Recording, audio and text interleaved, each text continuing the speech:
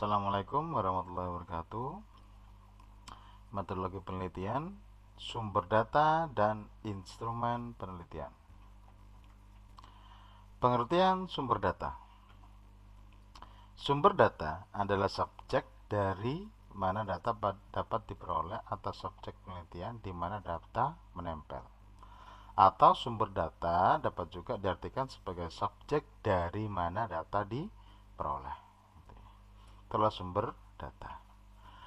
Sumber data dapat dibagi menjadi dua, ada sumber data primer dan sumber data sekunder.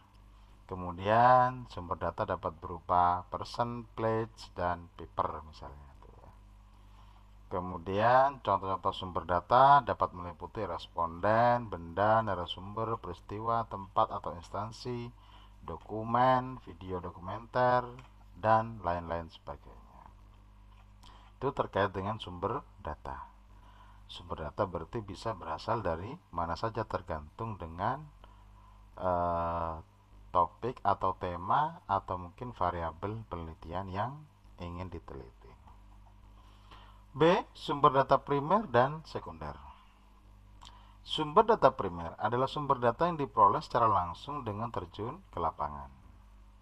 Ini adalah sumber data primer. Jadi jika peneliti kemudian merancang instrumennya sendiri, kemudian setelah itu mengambil data langsung dari lapangan, maka kita sebut sebagai data primer. Contohnya data sensus penduduk, data penghasilan, misalnya data ujian sekolah, data ujian harian. Itu adalah contoh-contoh data primer. Jika data sensusnya itu dilaksanakan sendiri. Namun, jika peneliti hanya meminta ke dinas-dinas tertentu untuk hasil sensus penduduk, maka nanti bukan lagi data primer. Kemudian data ujian sekolah, misalnya guru mengadakan ujian tengah semester, membuat soalnya sendiri, kemudian menilai sendiri, mendapatkan nilainya, maka itu kita sebut sebagai data primer.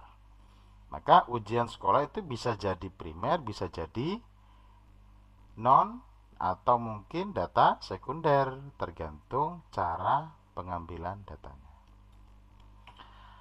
Kemudian yang kedua adalah data sekunder, sumber data yang diperoleh dari pihak kedua tanpa terjun langsung ke lapangan dan lain-lain.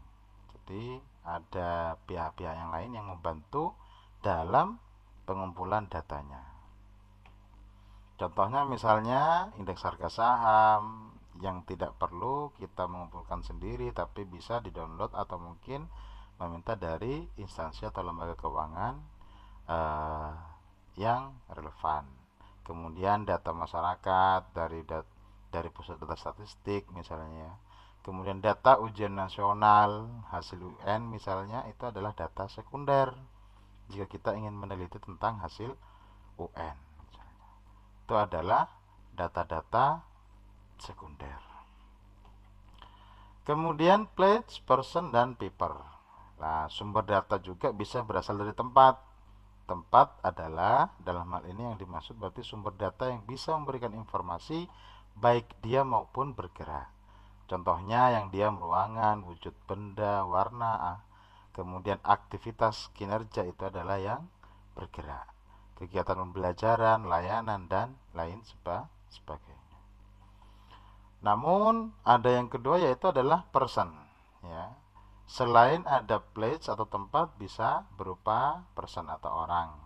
Dalam hal ini yang dimaksud adalah sumber data yang bisa memberikan informasi berupa pendapat, jawaban, baik melalui angket, kuesioner maupun wawancara dan lain-lainnya. Contoh wawancara dengan guru atau dosen gitu ya. Wawancara dengan kepala sekolah atau rektor atau dengan dinas-dinas tertentu. Itu juga merupakan bagian dari person. Yang ketiga adalah paper, merupakan sumber data yang dapat berupa dokumentasi, referensi, jurnal, simbol-simbol, gambar, dan lain sebagainya. Itu adalah paper. Jadi dokumen-dokumen penting juga bisa menjadi sumber data. Itulah ya, misalnya sejarah tentang terjadinya gempa, ya, itu bisa berupa sumber data juga. Atau mungkin sejarah tentang penghasilan atau mungkin pengeluaran investasi, dan sebagainya. Selanjutnya adalah populasi dan sampel. Ya, populasi adalah keseluruhan subjek penelitian. Contohnya, seluruh jumlah penduduk daerah tertentu. Kemudian ada juga jumlah siswa seluruhnya dalam sebuah lembaga pendidikan. Misalnya di sekolah tertentu, kemudian populasinya adalah seluruh siswa di sekolah tersebut. Misalnya itu adalah populasi juga. Atau mungkin mahasiswa di sebuah perguruan tinggi. Maka semua mahasiswa di perguruan tinggi tersebut merupakan sebuah populasi. Lah, sampel itu adalah sebagian dari populasi tersebut. Jadi kalau misalnya di perguruan tinggi berarti misalnya mahasiswa program studi tertentu dengan semester 5, 1, 2 atau berapapun, itu merupakan perwakilan sampel itu ya. Atau mungkin siswa di sekolah tertentu, tidak semua siswa, karena untuk jumlah keseluruhan itu merupakan populasi, maka sampel itu adalah sebagian. Misalnya kita ambil untuk yang kelas 10 saja atau kelas 11 saja dari seluruh jumlah siswa di sekolah tersebut. Itu adalah sampel, jadi sebagian saja atau merupakan bagian dari populasi. Biasanya ini digunakan untuk penelitian yang mengeneralisasi. Jadi dia ngambil sampel kelas tertentu, tapi kemudian dia akan mengeneralisasi terhadap populasi. Biasanya ini menjadi ciri khas dari penelitian kuantitatif. Tapi kalau di kualitatif tidak berlaku demikian. Selanjutnya adalah instrumen penelitian. Kalau sebelumnya tentang sumber data, maka cara untuk mendapatkan data dari berbagai sumber tersebut maka digunakanlah yang namanya instrumen. Jadi kualitas suatu penelitian dapat dilihat dalam dua hal. Yang pertama adalah instrumen penelitian dan pengumpulan data penelitiannya. Jadi penelitian itu baik atau tidaknya sebenarnya tergantung pada instrumennya. Meskipun judulnya sudah baik, topiknya sudah sangat bagus, kemudian pendahulunya sudah bagus, namun di instrumennya keliru dalam menentukan instrumen, maka data yang didapatkan tidak sesuai dengan apa yang diharapkan nanti. Contohnya, jika kita ingin mengukur berat badan mahasiswa, maka instrumen yang tepat adalah menggunakan timbangan, baik itu elektronik maupun timbangan yang non elektronik. Jika kita ingin mengetahui tentang berat badan mahasiswa namun menggunakan meteran, maka itu kurang tepat, sehingga instrumen yang digunakan nanti tidak menghasilkan data yang diinginkan atau data yang sesuai. Instrumen penelitian dapat diartikan sebagai suatu alat yang dapat digunakan sebagai alat untuk mengukur suatu objek ukur ya, atau mengumpulkan data mengenai suatu variabel. Jadi instrumen itu adalah alat untuk mengumpulkan data, alat untuk mengumpulkan informasi. Tentu saja informasi tersebut sesuai dengan topik atau tema dari penelitian yang kita sedang dalami. Jika tentang pendidikan, maka instrumen tentang pendidikan. Lebih spesifik lagi, misalnya tentang hasil belajar, maka instrumen yang pas kira-kira apa untuk mengukur hasil belajar gitu ya. Itu adalah terkait dengan instrumen penelitian. Instrumen penelitian dilakukan untuk mengukur nilai variabel yang diteliti. Jadi instrumen ini sangat erat kaitannya dengan variabelnya. Lah, beberapa instrumen ini bermacam-macam. Yang pertama bisa berupa tes, kemudian bisa berupa angket atau kuesioner, kemudian bisa berupa tekniknya wawancara ya, kemudian ada observasi dan dokumentasi, dan mungkin ada instrumen yang lainnya yang mungkin bisa juga relevan. Tapi secara umum adalah macam-macam instrumen adalah ini. Yang pertama adalah tes.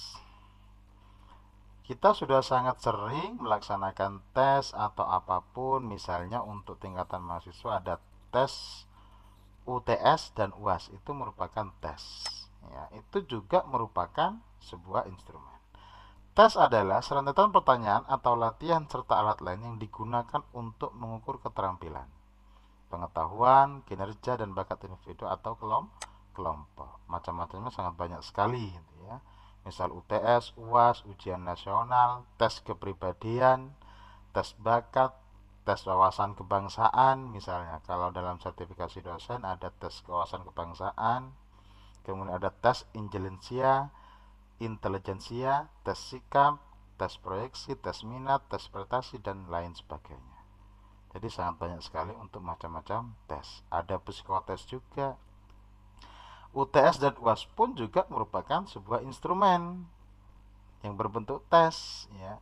Untuk mengukur apa? Untuk mengukur kemampuan kognisi atau pengetahuan dari mahasiswa terkait dengan mata kuliah tertentu. Maka dibuatlah instrumen tes UTS dan UAS. Apakah harus tes saja? Tidak mesti. Jadi karena kita ingin mengukur kemampuan mahasiswa bisa berbagai jalan. UTS atau UASnya bisa berbagai macam jalan. Misalnya seperti itu. Ujian sekolah juga sama, ujian harian atau mungkin UTS UAS juga itu merupakan tes. Kita mungkin sering melakukan tes-tes tertentu, misalnya ketika tes CPNS atau mungkin tes untuk melamar kerja di sebuah perusahaan tertentu, itu juga merupakan bagian dari instrumen. Dalam hal ini lebih spesifiknya adalah tes.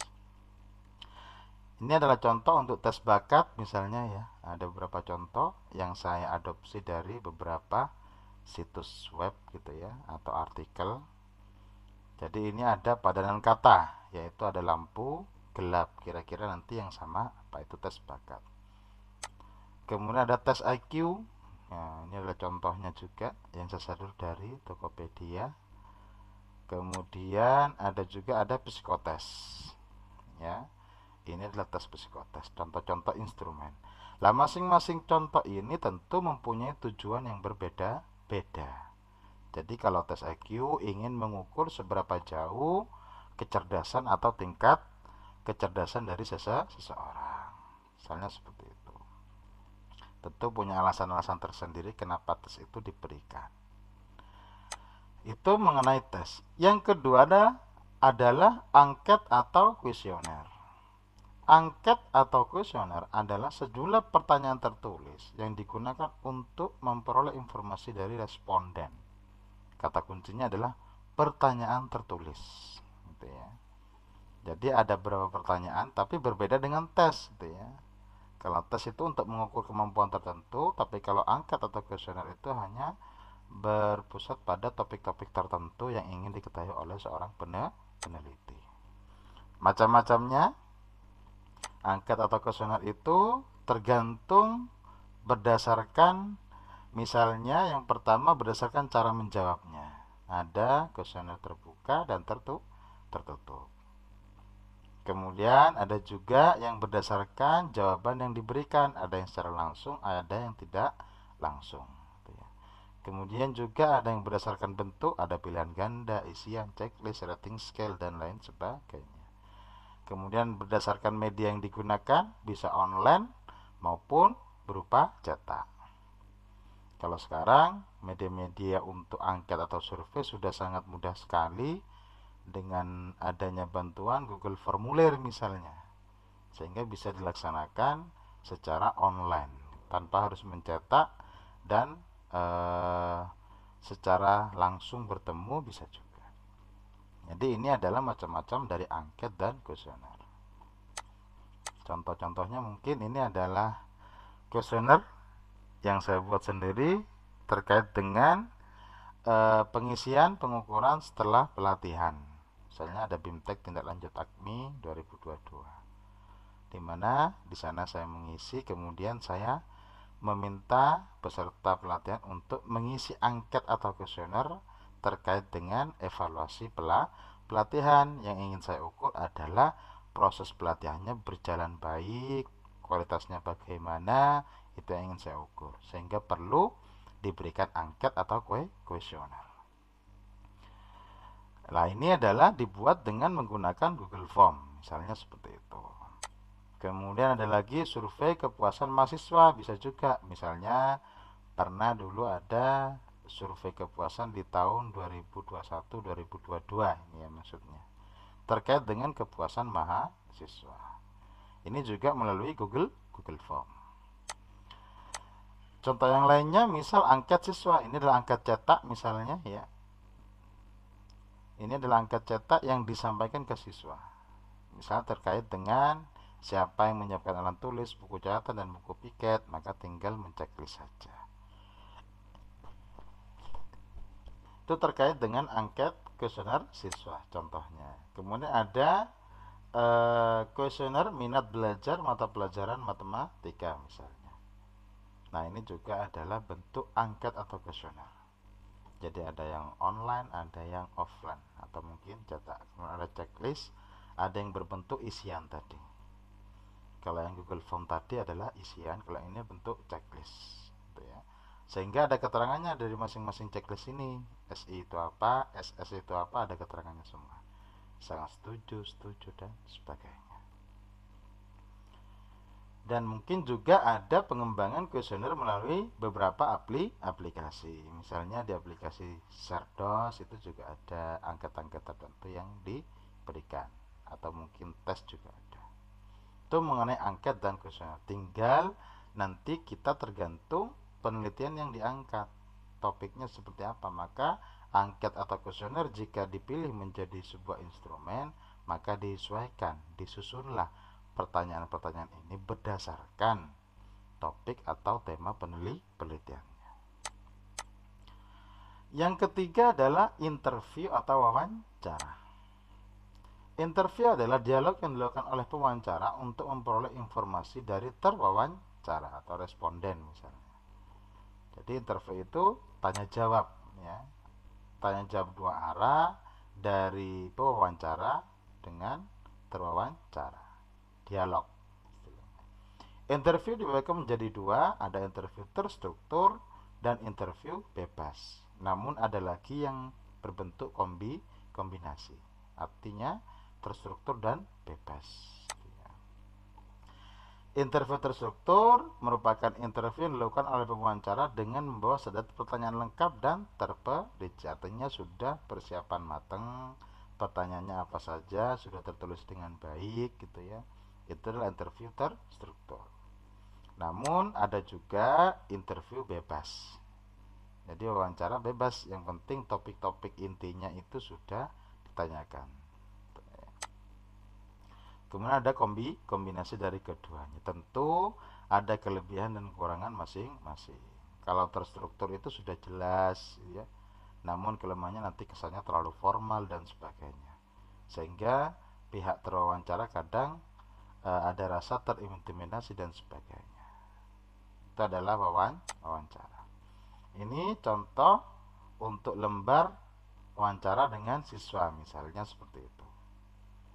Jadi sekolahnya diisi, ada datanya di sini, hari atau tanggal wawancaranya, kemudian narasumbernya dan sebagainya. Nah, ini adalah lembar wawancaranya. Menurut Anda misalnya ya, apa kimia adalah mapel yang paling sulit? Maka jawabannya apa? Ini berarti terstruktur karena sudah jelas pertanyaan-pertanyaannya. Namun bisa juga dibuat secara bebas jika pewawancara itu sudah menguasai topik atau pertanyaan-pertanyaan yang harus ditanyakan kepada terwawancara gitu ya. Itu mengenai wawancara. Yang selanjutnya adalah mengenai observasi. Nah, jadi tadi di awal ada tes, kemudian ada kuesioner atau angket, kemudian ada wawancara atau interview, yang keempat adalah observasi. Observasi adalah kegiatan pengamatan terhadap suatu objek dengan menggunakan seluruh alat indera. Jadi seluruh alat indera itu mencakup indera penglihatan, kemudian indera pendengar, indera pencium dan seterusnya. Tergantung observasi apa yang ingin kita teliti. Kalau dalam pendidikan mungkin akan lebih banyak menggunakan alat indera penglihatan saja, karena misalnya meneliti tentang model pembelajaran, maka kita bisa mengamati guru saat mengajar bagaimana, ada interaksi apa tidak dengan siswa, kemudian media yang digunakan bagaimana, itu merupakan bagian dari observasi. Observasi ada dua, sistematis dan non sistematis. Kalau yang sistematis itu merupakan observasi dengan menggunakan instrumen pengamatan yang telah disusun sebelumnya. Jadi ada lembar pengamatan, lembar observasi yang akan diteliti apa saja. Misalnya kalau kita mengobservasi guru yang mengajar mata pelajaran tertentu, maka kita mempersiapkan apa saja yang akan diamati. Misalnya yang pertama tentang bagaimana cara mengajar gurunya. Kemudian poin yang kedua misalnya tentang media apa yang digunakan oleh guru. Kemudian yang ketiga ada interaksi apa tidak antara guru dengan siswa atau peserta didik dan seterusnya. Kalau dalam dunia pendidikan. Namun kalau dalam bidang-bidang yang lainnya bisa berupa pengamatan-pengamatan yang lain. Misalnya kalau di lab observasinya berarti menggunakan alat indera yang lainnya juga perlu dilibatkan. Observasi non sistematis merupakan observasi tanpa menggunakan instrumen. Jadi ada observasi yang secara bebas tanpa menggunakan instrumen tertentu atau item-item tertentu yang perlu diobservasi. Nah, ada istilah second system, sistem tanda yang perlu diamati saat terjadinya pengamatan. Itu untuk observasi yang sistematis. Contoh-contoh untuk observasi misalnya dalam proses pembelajaran ya. Ini adalah contoh lembar observasi pembelajaran dosen. Nah, dalam hal ini misalnya saya sendiri ketika proses pembelajaran bagaimana, misalnya lah ya. Nama dosennya kemudian mata kuliahnya. Apa saja yang diobservasi? Misalnya kita sudah mempersiapkan pengamatan aktivitas perkuliahannya apa yang perlu kita amati. Kita susun di sini. Misalnya interaksi dosen dan mahasiswa bagaimana. Kemudian variasi sumber belajar yang digunakan. Ya, nanti catatannya itu nanti kita isi ketika melakukan observasi. Misalnya interaksi dosen dan mahasiswa interaktif atau tidak, bersifat dua arah atau tidak, misalnya seperti itu. Ada diskusi apa tidak. Nah, itu adalah catatan dari observer. Jadi yang mengobservasi, yang mengisi nanti. Variasi sumber belajar yang digunakan, misalnya nanti diisi buku referensi, website, video pembelajaran dan lain sebagainya. Kira-kira ketika dosen mengajar ya, karena kita mengobservasi, mengamati dosen mengajar, maka kita tuliskan di catatan ini kira-kira variasi sumber belajarnya apa saja. Media pembelajaran yang digunakan, nah kira-kira medianya apa saja, baik itu daring maupun luring. Diisi nanti medianya bisa menggunakan buku referensi atau mungkin proyektor, LCD, PPT dan sebagainya misalnya. Kemudian misalnya lagi ada poin sistematika penyampaian materi. Nah, jelas apa tidak, runtut apa tidak, misalnya seperti itu. Kemudian bisa diisi dengan pengamatan-pengamatan yang lain yang perlu ditambahkan sehingga bisa mengukur atau mengobservasi pembelajaran yang dilaksanakan oleh seorang dosen. Bagi guru pun juga sama, kira-kira misalnya nanti mengobservasi pembelajaran guru. Jika penelitian tentang model pembelajaran misalnya seperti itu, maka perlu diobservasi model pembelajaran yang dikembangkan. Itu contoh dari observasi. Kemudian yang terakhir adalah dokumentasi. Dokumentasi itu bisa berupa dokumen-dokumen seperti buku, majalah, jurnal, artikel, notulen, laporan, video, gambar, dan lain sebagainya. Baik itu berupa cetak maupun berupa digital. Misalnya buku ini ya, kebetulan yang saya ini adalah buku saya sendiri. Kemudian jurnal, nah ini adalah nama jurnal atau alamat jurnal online yang diprodi PGMI. Ya. Jurnal boleh atau jurnal-jurnal yang lainnya juga boleh.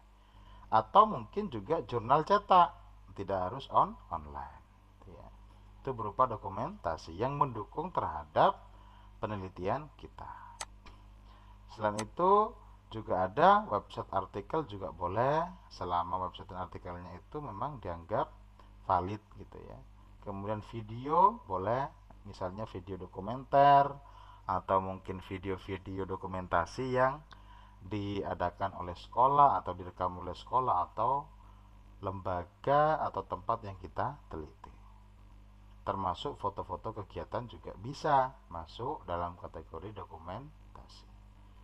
Misalnya kalau pengembangan media pembelajaran, maka foto-foto kegiatannya saat melakukan atau melaksanakan, mempraktekkan media pembelajaran tersebut kepada siswa.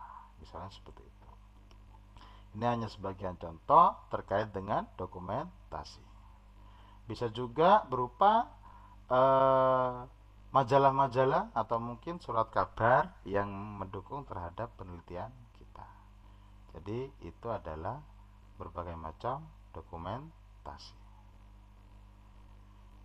Sehingga dengan adanya pemahaman kita mengenai sumber data, kita jadi tahu bagaimana penelitian itu dilaksanakan dan harus kemana kita mendapatkan datanya, serta bagaimana cara mendapatkan datanya. Jadi dengan beberapa instrumen ini diharapkan nanti peneliti, dalam hal ini mahasiswa, baik itu dalam menyusun sebuah karya ilmiah maupun skripsi, tesis maupun disertasi, sehingga sudah tahu kira-kira untuk judul penelitian yang sedang diteliti itu cara mendapatkan data serta instrumen yang tepat digunakan itu yang mana. Cukup sekian, saya akhiri. Kurang lebihnya mohon maaf. Wassalamualaikum warahmatullahi wabarakatuh.